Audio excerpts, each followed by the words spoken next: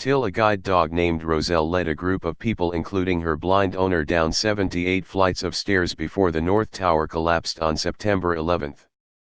She only stopped to give kisses to a woman who was having a panic attack.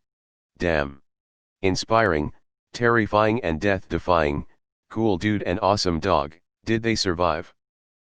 Heroes of 9/11, the rescue dogs, https://www. YouTube.com/watch, v=27wg90tjzt0. If anyone is interested, I made a video about the rescue dogs of 9/11 and talk about Roselle. The video opens with the last living rescue dog being taken to be euthanized, so cry warning. There was another named Salty there as well. His story is even a bit more severe at points if you find one of the more emotional interviews with them. Having worked with assistance animals in the past, the really impressive part of these stories is that the dog understood enough of what was going on not only to work past their own fear but break training so profoundly and so correctly exactly when needed. One of the biggest things driven into their head is not to lead someone into a situation that is unsafe. The dog is supposed to stop the person from wandering into dangerous situations. I have seen dogs make that call on something as simple as a no-signal crosswalk before and pull the person back from the street simply because they didn't understand it was pedestrian at all times, or try and drag someone out of a Chinese restaurant because the cook flared the wok. Another thing fairly common is that if something really disturbing happens, the dogs sometimes don't do their job very well for a while. For many of them, they just want to take the human somewhere they view as safe, like home or work, and stay there until they feel things have calmed down.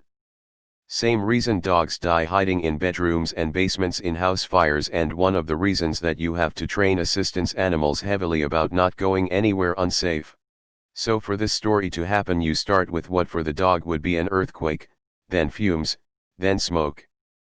Dog judgment call number 1: hide under desk because earthquake, or is the fire close enough? It is time to go. Probably trust the human on this one, but then you cannot use the elevator, and when you get to the stairs the smells are worse. There is more fire smells, more fumes, it is unfamiliar. You know the human can't smell for crap and can't see. Do you still trust the human? Things continue to get worse. You have walked many flights of stairs even though you never go through that many floors to get to the office. You keep seeing people going the other way on the stairs. Is the human turned around? When you finally get to the ground and start to go outside, you smell death. Everything is smashed, things are falling, even more fire. Training says stop, instinct says run for the hills. Usually one of those two things wins, but not in these stories, fortunately. Roselle led her owner, Hinkson, and 30 other people down 1,463 steps out of the tower. After descending over half the distance, they passed the firemen who were heading up, who Roselle stopped to greet. The descent took just over an hour. Just after they exited the tower, Tower 2 collapsed, sending debris flying. Hinkson later said, "While everyone ran in panic, Roselle remained totally focused on her job. While debris fell around us, and even hit us, Roselle stayed calm." Once clear, Roselle led her owner to the safety of a subway station. Once they arrived home, Roselle immediately began playing with her retired guide dog predecessor, Linny, as if nothing important had happened. She didn't sense any danger in the smoke and flames, everything happening around us. If she had sensed danger she would have acted differently, but she didn't. "Roselle and I were a team and I trusted her," Hinkson stated.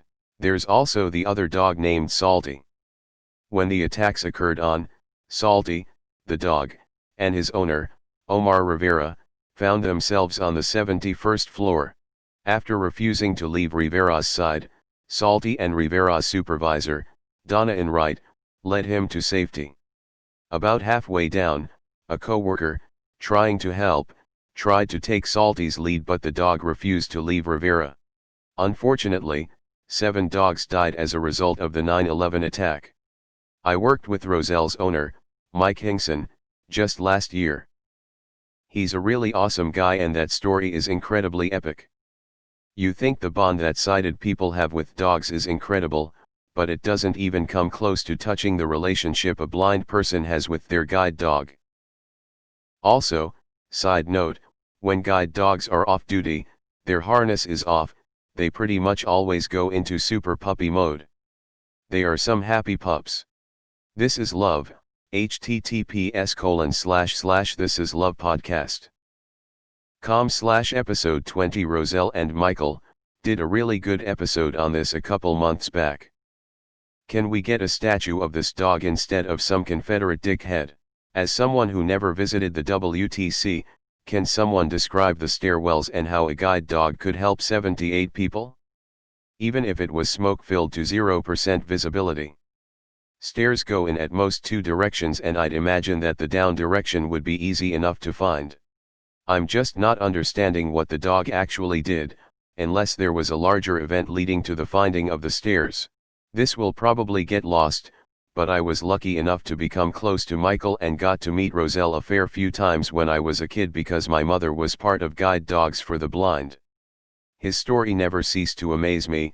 He had nothing but praise and love for his dogs and for the Guide Dogs organization. The most haunting story was all of the firefighters he met on the stairs knowing they would never make it, and would pet Roselle on their way up.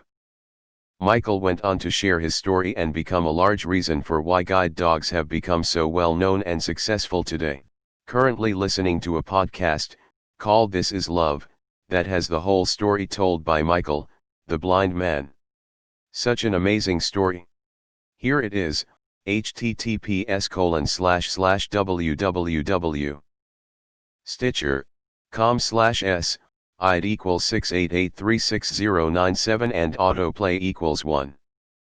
Listen to her owner tell the whole story, https://thisislovepodcast.com/episode 20. Roselle and Michael / a completely justified panic attack.